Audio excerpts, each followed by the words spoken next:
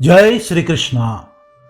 కృష్ణ చరితము మధుర సుధాభరితము, కృష్ణ చరితము మధుర సుధాభరితము. భగవద్బంధువులారా, జగద్గురువైన శ్రీకృష్ణ భగవానుని దివ్య చరణారవిందములకు అత్యంత భక్తి పారవస్యంతో నమస్కరిస్తూ మన కొత్త అంశాన్ని ప్రారంభిద్దాం.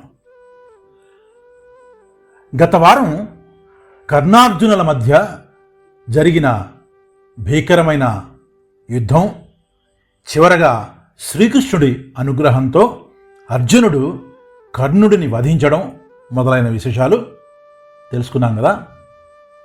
అయితే ఈరోజు శ్రీకృష్ణుడు, ధర్మరాజు ఒకరినొకరు ప్రశంసించుకోవడం, శ్రీకృష్ణుడు తాను నిమిత్తమాత్రుడనని ప్రకటించడం, పాండవులకి తనపైన ఉన్న భక్తి విశ్వాసాలు, ధర్మనిరతిని శ్రీకృష్ణుడు కొనియాడడం మొదలైన విశేషాలు చూద్దాం.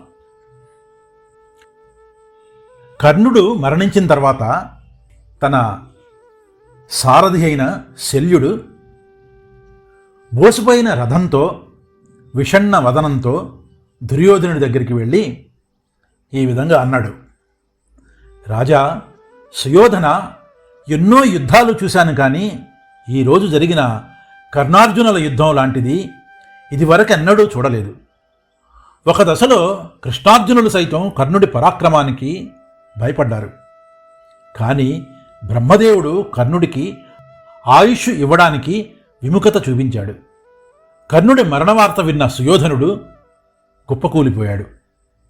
కర్ణ కర్ణ అని అరుస్తూ మిక్కిలి దుఃఖించాడు.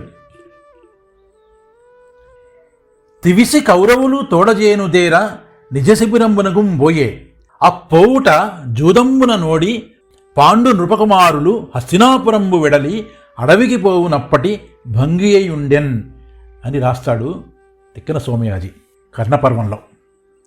అంటే ఆ పోవడం ఎలా ఉందంటే, కపట ద్యూతంలో ఓడిపోయి పాండవులు హస్తినాపురాన్ని వదిలి అడవులకు పోయిన విధంగా ఉందట. తర్వాత అందరూ తమ తమ శిబిరాలకు వెళ్ళి అక్కడ శ్రీకృష్ణుడు, ధర్మరాజు సంభాషించుకున్నారు. భువనములన్నీయు ఒక్కట గవిసియు కన్ను పరిమార్పంగా నోపునే, భూధవ భవదీయ క్రోతాగ్నివేతుడై క్రాయంగాక నిక్కంబరయన్. శ్రీకృష్ణుడు అంటున్నాడు: ధర్మనందన, ఈ లోకాలన్నీ ఒక్కటే ఎదుర్కొన్న కర్ణుడిని చంపగలవా? లేదు.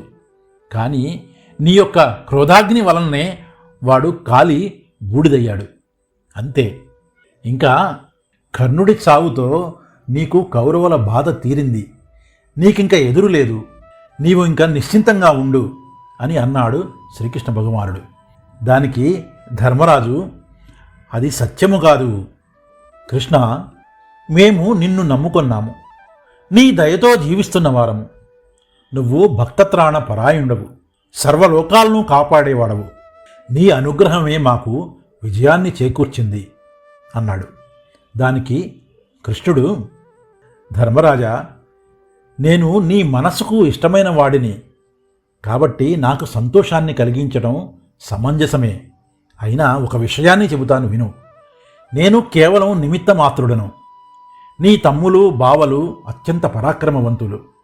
అందరి సమిష్టి కృషి వలనే నీకు ఈ విజయం చేకూరింది అని అంటాడు శ్రీకృష్ణ భగవానుడు. ఇలా తీయని మాటలతో ఒకరినొకరు అభినందించుకుంటూ ప్రీతి పొంది, ధర్మరాజు తనకి యుద్ధభూమిని చూడాలని కృష్ణుడు అనుమతి పొంది అర్జునుడితో రణభూమికి వెళ్ళాలని అంటాడు. ధర్మరాజు తన యొక్క బంధుమిత్రులు తోడురాగా రణభూమిలో తల తెగిపడి ఉన్న కర్ణుడిని చూసి సంతోషించి ఇక తనకి పునర్జన్మ కలిగిందని భావించాడు. ఇలా యుద్ధ విశేషాలన్నీ ధృతరాష్ట్రుడికి విన్నవిస్తున్న సంజయుడు కర్ణుడి మరణంతో పాండవులు అధిక సంతోషం పొందారని ఈ విధంగా చెప్పాడు. ధృతరాష్ట్ర మహారాజా, యుద్ధమనే యజ్ఞం విష్ణుమయం. దానికి సూర్యుడు, చంద్రుడు, అగ్ని, ఋత్విజులు. అయితే ఈ మహాయజ్ఞాన్ని అర్జునుడు, కర్ణుడు నిర్వహించారు. కాబట్టి దీనిని ఒక ప్రబంధంగా అభివర్ణిస్తూ ఫలశ్రుతిని కూడా చక్కగా చెప్పాడు సంజయుడు. అంటే ఈ ప్రబంధాన్ని ఆసక్తిగా చదివినా విన్నా శాశ్వత సుఖాన్ని, సంపదలను పొందుతారు అని సూచించాడు సంజయుడు. ఆహా! కృష్ణం వందే జగద్గురుం, కృష్ణం వందే జగద్గురుం. కృష్ణుడు అర్జునుడికి రథసారథిగా, మార్గదర్శిగా ఉండి పాండవుల విజయానికి వెన్నుగా నిలిచాడు. కృష్ణుడు పాండవులకి వ్యూహాత్మక సహాయం అందించాడు. పాండవులు ధర్మనిరతితో ఉన్నారు కాబట్టి వారికి విజయాన్ని చేకూర్చాడు శ్రీకృష్ణ భగవానుడు. కృష్ణుడు భక్తి మరియు నమ్మకానికి ఒక ఉదాహరణగా నిలిచి పాండవులను వివిధ కష్టాల నుండి రక్షించాడు.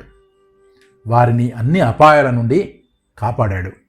కాబట్టే శ్రీకృష్ణుడు దివ్యచరితుడు, సర్వాంతర్యామి. అందుకే ఆయన తత్వాన్ని, ఆయన మహత్యాన్ని మనం లేసమాత్రంపైనా తెలుసుకున్నందుకు భక్త సులభుడైన ఆ శ్రీకృష్ణ పరమాత్మ తన కృపాకటాక్ష వీక్షణాలు మన మీద కూడా తప్పక ప్రసరిస్తాడని ఆశిస్తూ ఆ శ్రీకృష్ణ భగవాన్ని దివ్యమంగళ రూపాన్ని వచ్చే వారం దాకా మనసు నిండా నింపుకొని ఆయన్ని స్మరించుకుంటూ మనసు పులకరింపజేసుకుంటూ మళ్ళీ మనం మరొక కొత్త అంశంతో వచ్చే వారం కలుద్దాం. అంతవరకు సెలవు. సర్వే జనా సుఖినో భవంతు. జై శ్రీకృష్ణ.